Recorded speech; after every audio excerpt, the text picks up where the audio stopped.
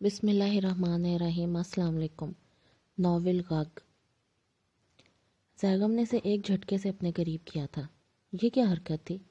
زیغم نے ہنسی ضبط کرتے ہوئے پوچھا، کیونکہ مسکان نے اپنی آنکھیں سختی سے میچ رکھی تھیں۔ اکھلی میں سار دیا تو اب موسلوں سے کیا ڈرنا؟ زیغم نے اسے کمر میں اپنے ہاتھ ڈال کے اسے خود سے مزید قریب کیا۔ آنکھیں اب بھی سختی سے بند تھیں۔ وہ کیسے اس سے نظریں ملائے گی، یہ سوچ سوچ کر وہ ہلکان ہوئے جا رہی تھی۔ ارے مسکا، کاکروچ! وہ دھیمی آواز میں چلایا تھا، لیکن اپنی گرفت ڈھیلی نہیں کی تھی کہ کہیں وہ دوڑ ہی نہ لگا دے۔ کہاں ہے کہاں ہے؟ اس نے فوراً آنکھیں کھولی اور اٹھنے لگی، مگر زیغم کی گرفت مضبوط تھی اور اس کی حصار سے نکل نہیں پائی۔ کہیں نہیں ہے، وہ گمبھیر لہجے میں بولا۔ مسکا کا دم ہوا ہونے لگا۔ چھوڑیں، وہ اس کی گرفت سے نکلنے کی کوشش کر رہی تھی۔ چھوڑ دوں گا، پہلے یہ بتاؤ تو مجھے اتنی دیر سے کیوں گھور گھور کر دیکھ رہی تھی، اور وہ بھی میری مرضی کے بغیر؟ وہ اسے خود سے لپٹائے پوچھ رہا تھا۔ آنکھوں میں کچی نیند کی سرخی پھیلی تھی۔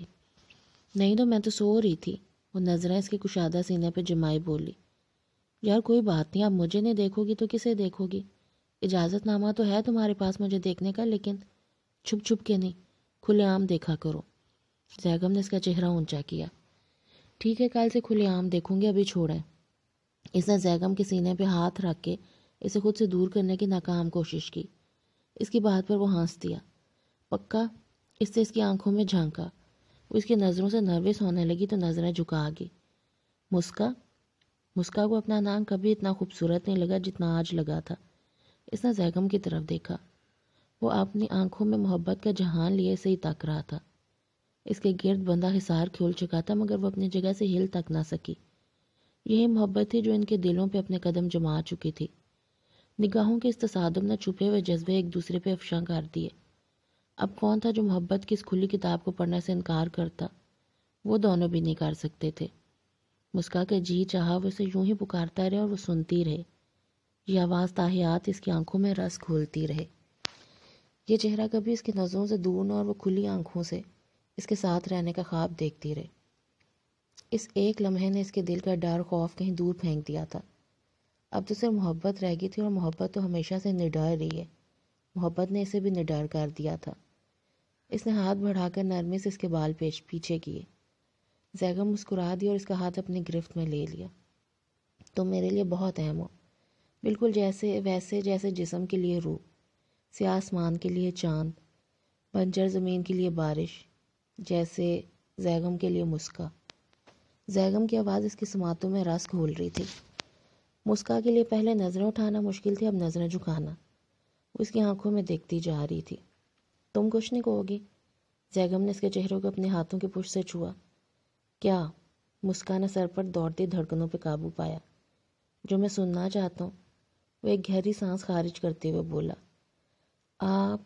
وہ ایک پل کو رکی۔ میں کیا؟ زیغم سے صبر کرنا محال ہوا۔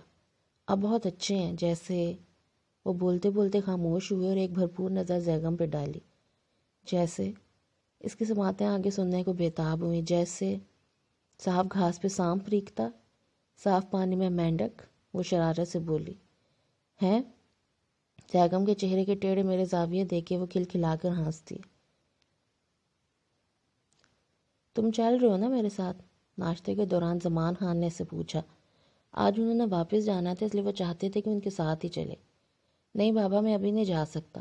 آپ کو بتایا تھا نا کہ میری ٹریننگ سٹارٹ ہونے والی ہے۔ ٹریننگ کے دوران بھی مسکا یہاں اکیلی ہوگی تو میں سوچ رہا ہوں کہ اسے کسی دن خاموشی سے آپ کی طرف چھوڑ جاؤں گا اور آپ کے بڑے خان جی سے بھی مل لوں گا۔ وہ آملیٹ کا صفایا کرتے ہوئے بولا۔ لیکن اگر تم میرے ساتھ چلتے تو اچھا ہوتا، انہوں نے مجھ سے کہا تھا کہ تمہیں ساتھ لے کر آؤں۔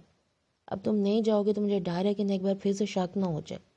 اور جہاں تک مسکا کے اکیلے رہنے کا مسئلہ ہے تو اسے بھی ساتھ لیے چلتے ہیں۔ انہوں نے اپنی طرف سے حل پیش کیا۔ وہ دراصل میر سر بلند خان کا دھیان اس کی طرف سے ہٹانا چاہتے تھے۔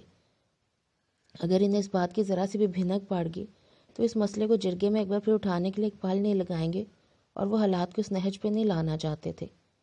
بابا میں نے کہا نا، میں اس ہفتے میں آ جاؤں گا، بلکہ آپ میرے پاس رہیں، ہم اکٹھے اسی ہفتے کو چلے جائیں گے۔ وہ مسکا کی طرف بغور دیکھتے ہوئے بولا، جو خاموشی سے ناشتہ کھا رہی تھی۔ کیوں بیٹا، تم کیا کہتی ہو؟ انہوں نے مسکا کی رائے جاننا ضروری سمجھی۔ زیغم ٹھیک کہہ رہے ہیں، آپ کل ہی تو آئیں، کچھ دن اور رکتے ہمارے پاس۔ اس کے اجیت انہیں کے ساتھ جانے کو چاہتا مگر زیگم کی آنکھوں کے اشارے اسے کچھ اور سمجھا رہے تھے۔ نہیں بیٹا، میں مزید نہیں رک سکتا، وہاں جا کر خان جی کو مطمئن بھی کرنا ہے ورنہ انہیں شک ہو جائے گا۔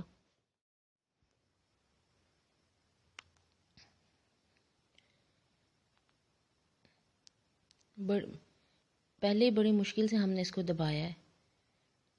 نہیں بیٹا، میں مزید نہیں رک سکتا، وہاں جا کر خان جی کو مطمئن بھی کرنا ہے ورنہ انہیں شک ہو جائے گا۔ پہلے ہی بڑی مشکل سے ہم نے اس مسئلے کو دبایا ہے۔ انہوں نے مسکا کے سر پہ ہاتھ رکھا۔ ان کا ارادہ آج سپہر میں ہی جانے کا تھا۔ ہو جانے دیں انہیں شک، مجھے کوئی فرق نہیں پڑتا اور نہ میں ڈرتا ہوں کسی سے، دیکھ لوں گا ایک ایک کو، اور آپ کو بھی ان سے ڈرنے کی کوئی ضرورت نہیں ہے۔ موت تو برحق ہے اور اس حقیقت سے کوئی منہ نہیں موڑ سکتا۔ بس اللہ پہ توکل رکھیں، اس کی مرضی کے خلاف تو پرندہ بھی پار نہیں مار سکتا۔ میر سر بلند خان کیا چیز ہے، اس موت کا ذائقہ اس نے بھی چکھنا ہے۔ اس نے ان کے ہاتھ پہ ہاتھ رکھ کر تسلی دی۔ انہوں نے اس کی بات سمجھتے ہوئے سر اس بات میں ہلایا۔ اب اگر آپ لوگ مجھے اجازت دیں تو میں جاؤں؟ وہ چہرے پہ مسکراہٹ سے جاتے ہوئے بولا۔ ہاں جاؤ، اللہ حافظ، لیکن جلدی آنا، عصر تک گلزم خان آ جائے گا تو مجھے ہاسٹل تک چھوڑ آنا۔ وہ بھی اٹھ کھڑے ہوئے۔ پھر وہی بات، بابا رک جائیں نا، دیکھیں آپ ہیں نا تو مسکا مجھے تانگ بھی نہیں کر رہی، آپ چلے جائیں گے تو پھر سے اس نے مجھے تانگ کرنا شروع کر دینا ہے۔ وہ ان کے کندھے پہ ہاتھ رکھتے ہوئے شرارت سے بولا۔ مسکا اس کے انداز پہ جذبس ہوئی تھی جبکہ اس کے انداز پہ ہنستی ہے۔ سن رہی ہو مسکا بیٹی، یہ کیا کہہ رہا ہے؟ انہوں نے مسکا کو متوجہ کیا۔ جی سن رہی ہوں۔ اس نے چہرے پہ سنجیدگی سے جائے پہلے انہیں پھر زیگم کو دیکھا۔ بابا آپ یہاں رہیں تو آپ کو پتہ چلے کہ کس قدر ظلم ہو رہا ہے مجھ پہ۔ وہ چہرے پہ مسکینی اور ہونٹوں پر کمینی مسکراہٹ سے جائے اسے ہی دیکھ رہا تھا، جبکہ زمان خان اس کی پیٹھ پہ ایک چپت رسید کرتے ہوئے اپنے کمرے کی جانب بھاڑ گئے۔ اس کے انداز سے وہ سمجھ رہی تھی، اس لیے جیسے ہی وہ کمرے میں گئے مسکا نے بھی اپنے اور زیگم کے مشترکہ کمرے کی جانب دوڑ لگائی۔ اس کا اندازہ درست تھا، وہ اس کے پیچھے دوڑا تھا۔ اس سے پہلے کہ وہ دروازہ بند کرتی، زیگم نے پاؤں رکھ کے دروازے کو بند نہیں ہونے دیا۔ میں آپ کو تنگ کرتی ہوں یا آپ مجھے؟ مسکا نے بھرپور زور لگایا۔ تم ابھی بھی دیکھو، مجھے میرے ہی کمرے میں داخل نہیں ہونے دے رہی ہو، اور اگر میں تنگ کرتا بھی ہوں تو میرے پاس تمہیں تنگ کرنے کا پرمٹ ہے۔ زیگم نے اس کی ناک پکڑنی چاہی مگر مسکا نے بروقت چہرہ پیچھے کر کے اپنی ناک کو شکار ہونے سے بچایا۔ زیگم انسان بنی ہے۔ مسکا کو دیکھ کر ایسا لگتا تھا جیسے وہ ابھی رو دے گی۔ فار یور کائنڈ انفارمیشن میم، میں انسان ہوں۔ چلو اندر آنے دو، مجھے کچھ ضروری ڈاکیومنٹس لینے ہیں۔ چلو شاباش، مجھے اندر آنے دو۔ اس نے اسے پچکارا۔ کون سی فائل ہے؟ میں دیتی ہوں آپ کو، آپ پیچھے ہوں۔ مسکا نے دروازے کو بند کرنا چاہا مگر زیگم کا جوتے میں مقید پاؤں ٹس سے مس نہ ہوا۔ اچھا گلابی رنگ کی خوبصورت سی فائل ہے جس پہ کچھ چھوٹے اور کچھ بڑے پھول بنے ہیں۔ وہ اس کی گلابی کپڑوں کے بغور دیکھتے ہوئے بولا، آنکھوں میں شرارت چمک رہی تھی۔ زیگم، وہ دبی دبی آواز میں رونی صورت بنا کر بولی۔ زیگم کی اس کے بچوں جیسے انداز میں اپنی ہنسی روکنی محال ہوگی۔ اچھا جا رہا ہوں۔ وہ دروازے میں سے پاؤں نکال کر جانے کو مڑا۔ مسکا نے فوراً دروازہ بند کر کے سکون کا سانس لیا۔ اتنی ٹھنڈی آہیں مت بھرو، اگر کہتی ہو تو نہیں جاتا۔ وہ چہرہ دروازے کے قریب لے جا کر بولا۔ زیگم، اندر سے پھر مسکا کی آواز آئی۔ ٹھیک ہے جا رہا ہوں، لیکن فائل تو دے دو نا۔ اندر سے کوئی آواز نہیں آئی۔ مسکا، میں جا رہا ہوں، آ کے دروازہ بند کر لو۔ جب مسکا کی آواز نہیں آئی تو وہ بولا۔ کچھ دیر بعد بیرونی دروازے کے کھلنے اور بند ہونے کی آواز آئی۔ مسکا نے معمولی سے دروازہ کھول کر باہر جھانکا۔ لاؤنج خالی تھا۔ ٹیبل پر سے موبائل اور چابیاں بھی غائب تھی۔ اس نے ایک بار پھر لاؤنج کے طویل و عریض عرض پر نظر ڈالی اور جب زیگم کے چلے جانے کی تصدیق ہو گئی تو دروازہ کھول کر باہر آ گئی۔ آج کل جو اس کی حرکتیں تھیں وہ بالکل بھی اس پہ اعتبار نہیں کر سکتی تھی۔ اسے لاؤنج میں صوفے کے پیچھے جھانکا اور پھر کچن کی جانب آئی۔ وہاں بھی کوئی نہیں تھا۔ وہ گہری سانس خارج کرتے ہوئے ناشتے کے برتن اٹھا کے کچن کی صفائی میں لگ گئی۔ دیکھو ذرا اس لڑکے کو، کہا بھی تھا کہ جلدی آ جائے، اب دیکھو وقت نکلا جا رہا ہے۔ گلزم خان کہیں پہنچ ہی نہ گیا ہو۔ استری شدہ کپڑے الماری میں لٹکا رہی تھی کہ زمان خان کمرے میں داخل ہوئے۔ چاچا کچھ دن اور رہ جاتے ہمارے پاس، کل ہی تو آئے ہیں، اتنی جلدی کیوں جا رہے ہیں؟ اس نے الماری بند کرتے ہوئے کہا۔ بیٹا وہاں بہت کام ہے، پھر چھوٹے خان کی شادی بھی ہے، اس لیے جانا ضروری ہے، نہیں تو بڑے خان جی کا پتہ ہے نا، کسی نہ کسی کو میرے پیچھے بھیج دیں گے اور میں نہیں چاہتا کہ یہاں سے کوئی بھی واقف ہو۔ بہت احتیاط کی ضرورت ہے ہمیں۔ بس تم دونوں یہاں خوش رہو، ہمارے لیے یہی کافی ہے۔ بس ایک بار گاؤں کا چکر لگا لے میر، اور خان جی سے بھی مل لے تو دل کو تھوڑی دھارس ملے، ورنہ تو ہر لمحے جان سولی پہ لٹکی رہتی ہے۔ وہ صوفے سے اٹھتے ہوئے بولے۔ چاچا اللہ نے ہمارا کتنا ساتھ دیا ہے، انشاءاللہ آگے بھی ہم پر اپنا کرم کرے گا۔ دروازہ کھلنے کی آواز میں باہر کی جانب آتے ہوئے بولی، لگتا ہے میر آ گیا۔ وہ روم سے باہر نکل آئے۔ مسکا بھی ایک نظر کمرے پر ڈال کر باہر آ گئے تھے۔ چلیں بابا، گلزم چاچا 2 بار فون کر چکے ہیں، میں نے کہا کہ میں آپ کو اپنے ساتھ اکیڈمی لے کر آیا ہوں، وہ وہی انتظار کر رہے ہیں۔ وہ سلام کے بعد ان کی طرف بڑھا۔ ہاں بس میں تیار ہوں، چلو۔ وہ تیار تھے جانے کے لیے۔ آپ رک جاتے تو اچھا تھا، میں نے آپ کو پروفیسر محمد عقیل سے بھی ملوانا تھا، آپ نے کہا تھا کہ آپ ملیں گے، مگر آپ تو جیسے ہوا کے گھوڑے پہ سوار ہیں۔ وہ اپنی ناراضگی نہیں چھپا سکا۔ ہاں سوچا تو تھا کہ ان سے ضرور ملوں گا، لیکن چلو پھر کبھی صحیح، ذرا یہ حالات معمول پہ آ جائیں تو ان سے بھی مل لیں گے۔ انہوں نے اس کے کندھے پہ بازو پھیلاتے ہوئے اس کی جانب دیکھا جو بہت اداس لگ رہا تھا۔ ٹریننگ کب سے شروع ہے تمہاری؟ انہوں نے پوچھا۔ پیر سے اسلام آباد جانا ہے مجھے، مسکا کو آپ کے پاس چھوڑ جاؤں گا اور ٹریننگ کے بعد مجھے میرا منتخب کردہ علاقہ ہی دیا جائے گا، پھر سیدھا گاؤں آؤں گا۔ اس کے چہرے پہ سکون اطمینان رقصاں تھا۔ میں اس دن کا انتظار کروں گا جب تم میرا مان بڑھاؤ گے۔ قیامت کے دن میں میر دراب خان کے سامنے سر اٹھا کے کھڑا ہوں گا۔ تو میرا فخر ہو، اللہ تمہیں اپنے حفظ و امان میں رکھے۔ انہوں نے اسے سینے سے لگا لیا، یوں جیسے کوئی اپنے متاع حیات کو سینے سے لگاتا ہو۔ مسکا، انہوں نے زیغم سے الگ ہو کے مسکا کو بلایا۔ وہ قریب آئی تو انہوں نے شفقت سے اس کے سر پہ ہاتھ رکھا۔ اللہ تم دونوں کو ہمیشہ خوش رکھے اور اپنی امان میں رکھے، آمین۔ انہوں نے دعا دی اور زیغم کے ساتھ بیرونی دروازے کی جانب بڑھ گئے۔ ان کے جانے کے بعد اس نے اپنے آنسو پونجے اور باقی ماندہ کام نپٹانے لگے۔ ڈنر تیار کیا اور زیغم کا انتظار کرنے لگی۔ گھنٹہ ہونے کو آیا تھا لیکن وہ اب تک نہیں آیا تھا۔ لاؤنج میں یوں ہی خالی بیٹھے بیٹھے سے نیند آنے لگی تھی۔ عشاء کا وقت ہونے والا تھا، اس لیے وہ نماز کے لیے اپنے کمرے میں آ گئی۔ نماز ادا کی تھی کہ کھٹکے کی آواز پہ کھلے دروازے سے جھانکا۔ زیغم ہاتھ میں کچھ شاپرز لیے اندر داخل ہوا تھا۔ وہ بھی جائے نماز طے کر کے کچن میں آ گئی۔ کھانا گرم کیا اور باہر لاؤنج میں ٹیبل پہ لگا دیا۔ زیغم اپنے کمرے میں تھا۔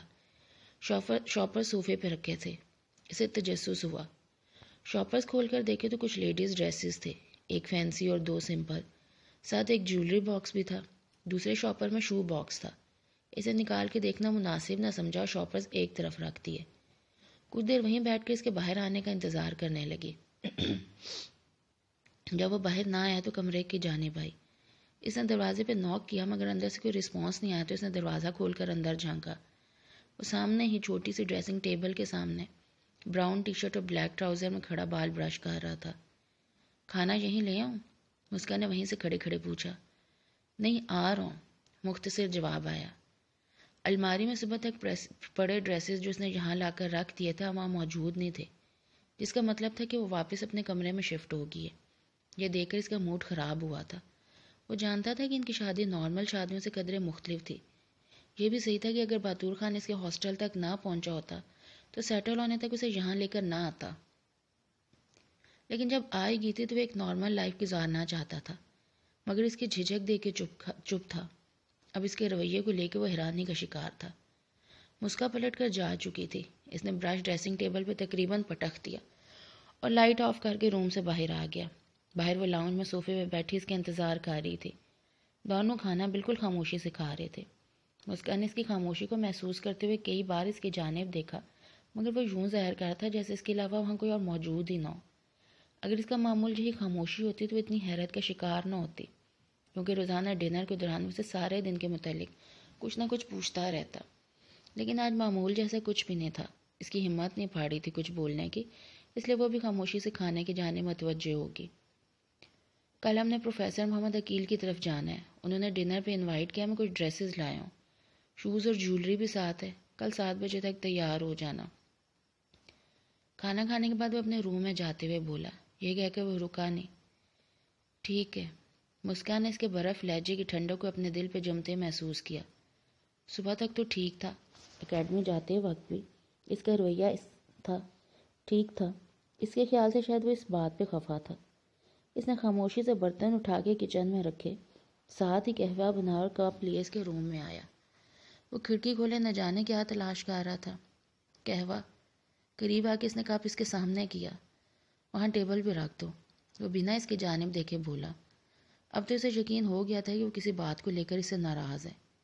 مسکان نے کپ ٹیبل پہ رکھ دیا اور واپس کی جانب آئی۔ کیا دیکھ رہی ہیں؟ کہنے کو کچھ نہ بن پڑا تو اس نے بھی کھڑکی میں جھانکا۔ جو مجھے دکھ رہا ہے وہ تم نے دیکھ پاؤ گی۔ وہ معنی خیز لہجے میں کہتا اس کی جانب مڑا۔ وہ حیرانی سے اسے دیکھنے لگی۔ ایسا کیا ہے جو میں نہیں دیکھ سکتی؟ مسکان نے کھڑکی سے نیم اندھیرے میں جھانکا۔ جو میں محسوس کر رہا ہوں۔ زیگم نے اس پر سے نظریں نہ ہٹائیں۔ کیا؟ وہ مختصراً بولی تھی۔ تمہارا میری حدود سے نکلنا تمہیں کیسے دکھائی دے سکتا ہے؟ بھاگنے والا بھی کبھی مڑ کر دیکھتا ہے کیا؟ زیگم نے اسے کندھوں سے پکڑ کے اپنے مقابل کیا۔ میں آپ سے کہاں بھاگ سکتی ہوں؟ محبت ایک بار پھر نڈر ہوگی۔ بھاگنا اور کیسا ہوتا ہے؟ تم ایک بار پھر اپنے روم میں شفٹ ہوگی ہو میرا اعتبار دلانے کے باوجود۔ ویل اس بے اعتباری کا شکریہ۔ وہ ایک نظر اس پر ڈالتا بیڈ کی جانب آیا، تکیہ درست کیا اور کپ اٹھا کر گھونٹ گھونٹ قہوہ پینے لگا۔ میں جاتے وقت یہ لائٹ آف کر جانا۔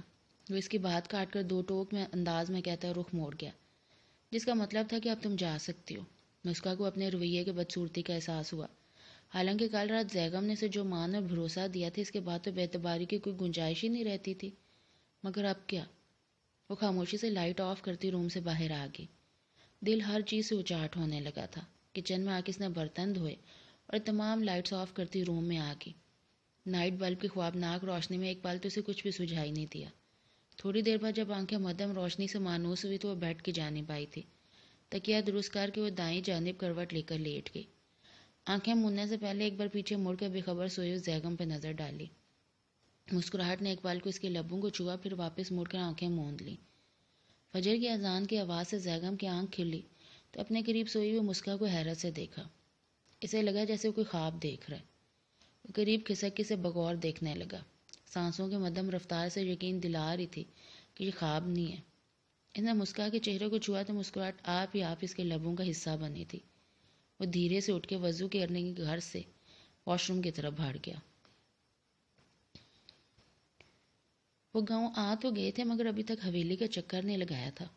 فجر کی نماز ادا کرنے کے بعد وہ اور رحم دین وہیں مولانا صاحب کے پاس ہی بیٹھے رہے۔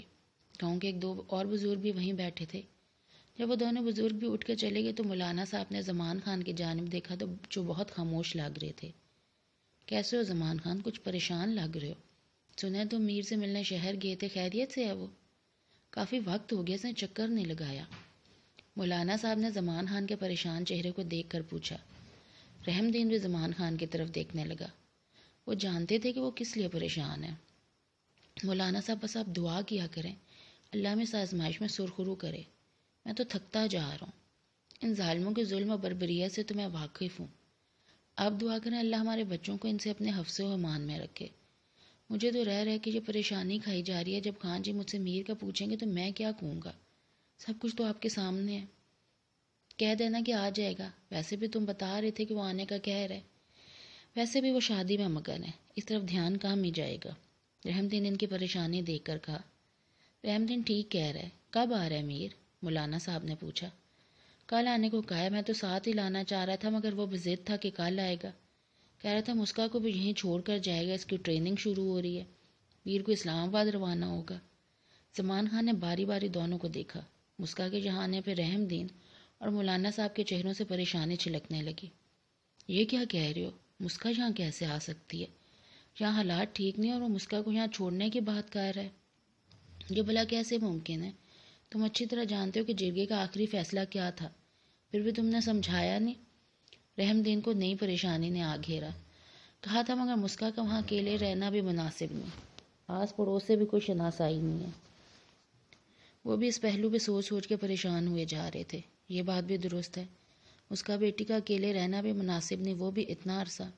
مولانا صاحب نے بھی پرسوچ نگاہوں سے دونوں کی طرف دیکھا۔ واپس ہاسٹل چھوڑا اسے مگر یہاں نہ لائے، اس کی جان کو خطرہ ہے۔ باتور خان کو پتہ چل گیا تو ہماری دنیا اندھیر کر دے گا، رحم دین نے سجھاؤ دیا۔ ہاسٹل والوں نے بات کی تھی مگر وارڈن نے بھی معذرت کر لی، یہ کہہ کہ وہ باقی لڑکیوں کی زندگی کو خطرے میں نہیں ڈال سکتی ہیں۔ ان کی بات سن کے رحم دین نے دونوں ہاتھوں سے سر تھام لیا۔ تو اب؟ مولانا صاحب نے زمان خان کو دیکھا۔ وہ کہہ رہا تھا کہ مسکا کو وہ خاموشی سے لے آئے گا۔ گلزم خان کو کہہ دیا وہ جائے گا انہیں لینے، لیکن مسکا میرے پاس رہے گی۔ میری طرف کوئی آتا جاتا نہیں ہے نا، اس لیے کسی کو پتہ نہیں چلے گا۔ باقی اللہ حفاظت کرنے والے، انشاءاللہ سب ٹھیک ہو جائے گا۔ انہوں نے رحم دین کو تسلی دی۔ ان کی بات سے وہ مطمئن تو نہیں ہوئے تھے مگر پھر بھی یہ سجھاؤ برا نہیں تھا۔ زمان خان کا گھر مناسب حال تھا، اس لیے دل کو تھوڑی ڈھارس ملی تھی۔ آمین، مولانا صاحب بولتے اٹھ کھڑے ہوئے۔ وہ دونوں بھی ان کے پیچھے مسجد سے نکل آئے۔ زمان خان انہیں خدا حافظ کہتے ہوئے آگے بڑھ گئے۔ ان کا ارادہ حویلی جا کر ماگل سے ملنے کا تھا۔ سارے مسئلے مسائل ایک طرف، مگر بیٹی سے ملنے کو رحم دن بےتاب دکھائی دینے لگے۔ وہ تیز تیز قدم اٹھاتے گھر کی طرف جا رہے تھے تاکہ زہرا بی بی کو بھی مسکا کی آنے کی اطلاع دے دیں۔ گھر پہنچ کے انہوں نے اس بارے میں فوراً زہرا بی بی کو بتایا۔ پہلے تو وہ بہت خوش ہوئی، مگر پھر آگے کا سوچ کے پریشانی ان کے چہرے سے حویدہ تھی۔ میری بچی آ تو جائے گی، مگر یہاں تو حالات اچھے نہیں ہیں مسکا کے بابا۔ ہم کیسے اتنے عرصے سے گاؤں والوں کے نظروں سے چھپائیں گے؟ اگر کسی کو خبر ہوگی تو؟ میر سر بلند خان اور باتور خان کا خوف نازوں والی بیٹی سے ملنے کی خوشی کو نگل گیا تھا۔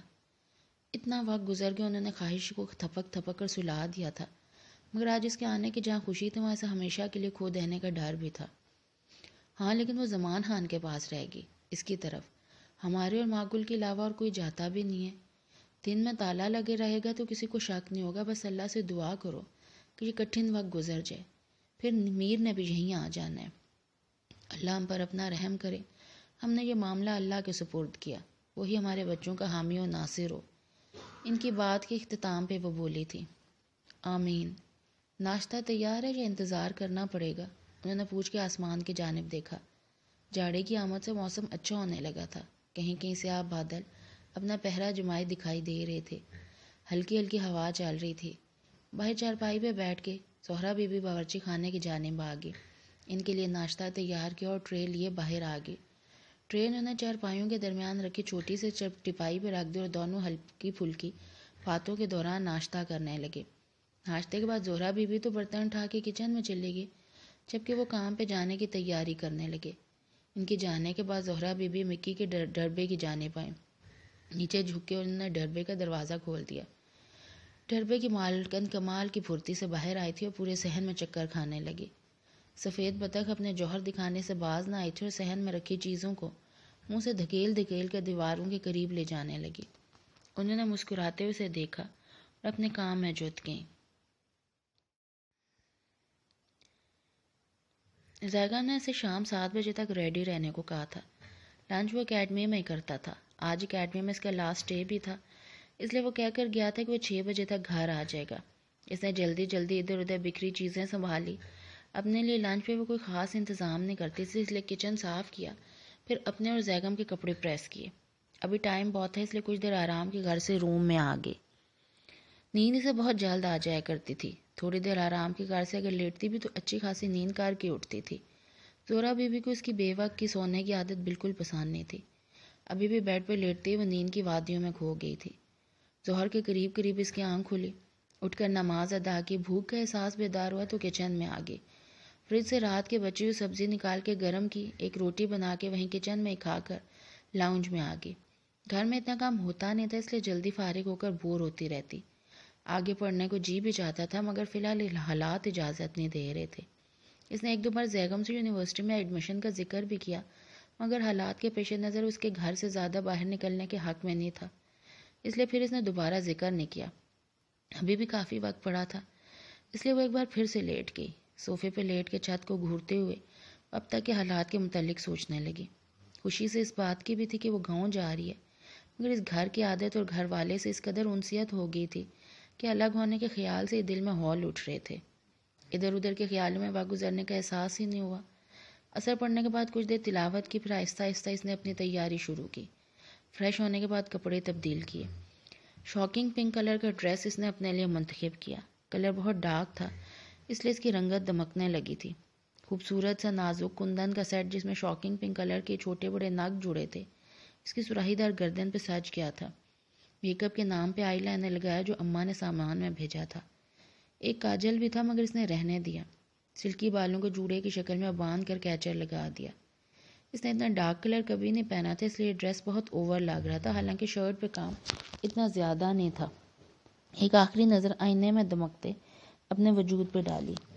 وہ تقریباً تیار تھی، 6:30 بج چکے تھے، مگر زیگم ابھی تک نہیں آیا تھا۔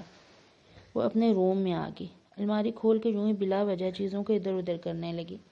اتنے میں دروازہ کھلنے کی آواز آئی تو الماری کے پٹ بند کر کے کمرے سے باہر آ گئی۔ زیگم دروازہ بند کر رہا تھا۔ آپ نے تو کہا تھا کہ 6 بجے تک آؤں گا. ٹائم دیکھا آپ نے؟ 6:45 ہو گئے. وہ بات کرتے کرتے قریب آئی تھی. زیگم نے پلٹ کر دیکھا تو دیکھتا رہ گیا. وہ لاگی اتنی پیاری رہی تھی.